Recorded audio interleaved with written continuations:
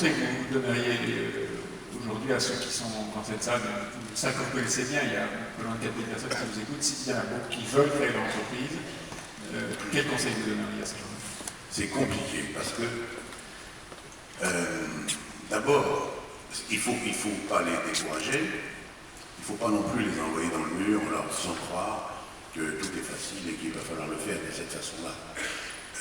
Moi, je crois qu'il y a une belle étape intermédiaire, celle qui consiste à passer de l'étape de salarié, d'employé, à l'étape de auto-entrepreneur, de commencer à bosser seul, ou en tout cas très petite équipe, dans des domaines qu'on connaît bien et qui va pouvoir se mettre par une espèce de formidable adaptation au temps, au lieu, au métier, à des besoins que les entreprises peuvent avoir. Comme on dit, je crois beaucoup à la vertu de se mettre en disponibilité d'activités que les autres ne font pas, pour appréhender ce que c'est que apprendre. Voilà.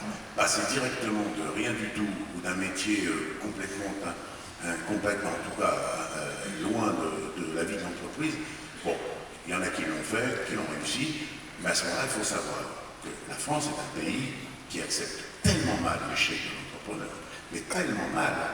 On est loin de se douter que le chef d'entreprise qui est mis en liquidation subit immédiatement des conséquences judiciaires plus graves qu'un criminel.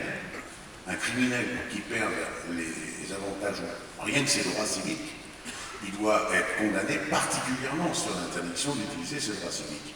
Un chef d'entreprise qui a fait une liquidation des biens, il est immédiatement privé de ses droits civiques, c'est-à-dire qu'il est le banni d'une société, ce qui est absolument fou. Donc, c'est vrai que c'est un pays difficile. Les jeunes ont probablement obligé l'État à changer cette notion-là, cette vision-là, et surtout de reprendre l'entrepreneur pour ce qu'il est.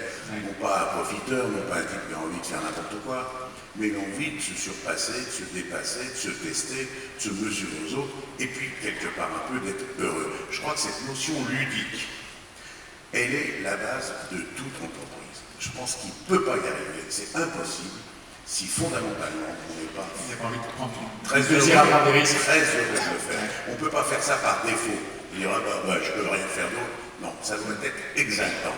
Ça doit être un moment de bonheur, le jour où on a, comme quand on a son permis de conduire.